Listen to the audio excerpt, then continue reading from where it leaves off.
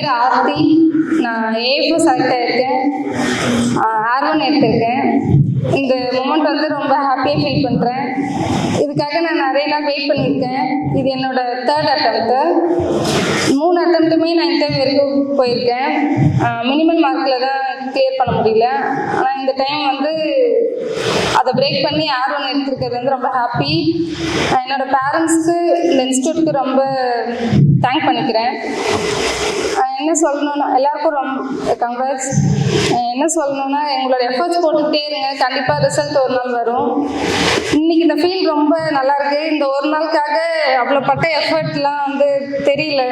இந்த நாளுக்காக எவ்வளோ வேணால் எஃபர்ட் எடுக்கலாம். படிங்க, நீங்களும் கிளியர் பண்ணுவீங்க. என்னோட கட் ஆஃப் வந்து 80. என்னோட மார்க் வந்து 81.40. 100க்கு. A for cut off 58 for OBC category.